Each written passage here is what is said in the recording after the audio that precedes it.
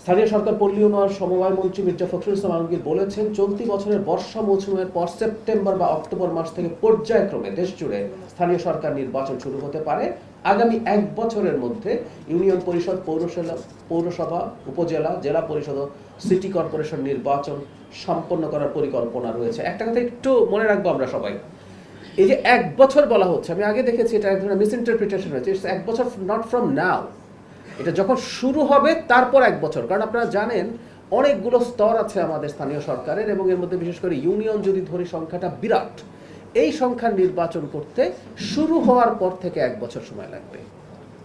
তাহলে উনি বলছেন সেপ্টেম্বর অক্টোবর, মানে বর্ষা যখন শেষ হবে সেপ্টেম্বর অক্টোবর থেকে শুরু হবে। তার মানে এটা 26 সেপ্টেম্বর অক্টোবরে যদি শুরু হয়, 27 সেপ্টেম্বর অক্টোবর বা 27-এর মধ্যে এই নির্বাচনটা শেষ করার চেষ্টা সরকার করবে। এই ব্যাপারটা নিয়ে যেন কোনো মিসআন্ডারস্ট্যান্ডিং না থাকে।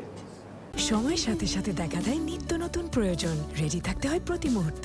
তাই এলো ইনোভার, যেন আপনি লাইফে থাকেন রেডি প্রতিদিন। Innova, designed for now. স্থানীয় সরকার নির্বাচনে কোনো দলই পার্টিসিপেট করে না।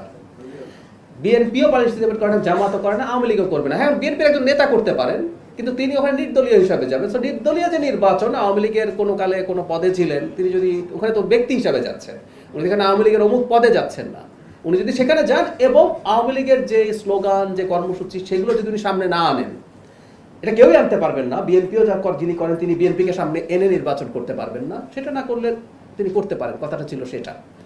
আমি আবারও একটু বলি, একটা লিস্ট আছে, উপজেলা নির্বাচন কে করতে পারবেন, ইউনিয়ন পরিষদ নির্বাচন কে করতে পারবেন, একটা লিস্ট আছে।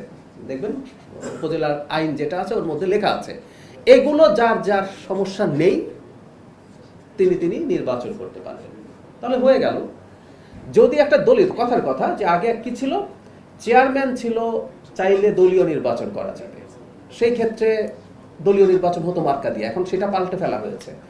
সেখানে তো কেউ চাইলে আবার স্বতন্ত্র নির্বাচন করতে পারে, দলীয় নির্বাচন যে করতে হবেই তা না। আমি জাস্ট এটুকুই বলেছিলাম, মানে স্থানীয় সরকার নির্বাচন যেহেতু নির্দলীয় নির্বাচন, সেখানে আসলে এটা কোনো ইস্যু না।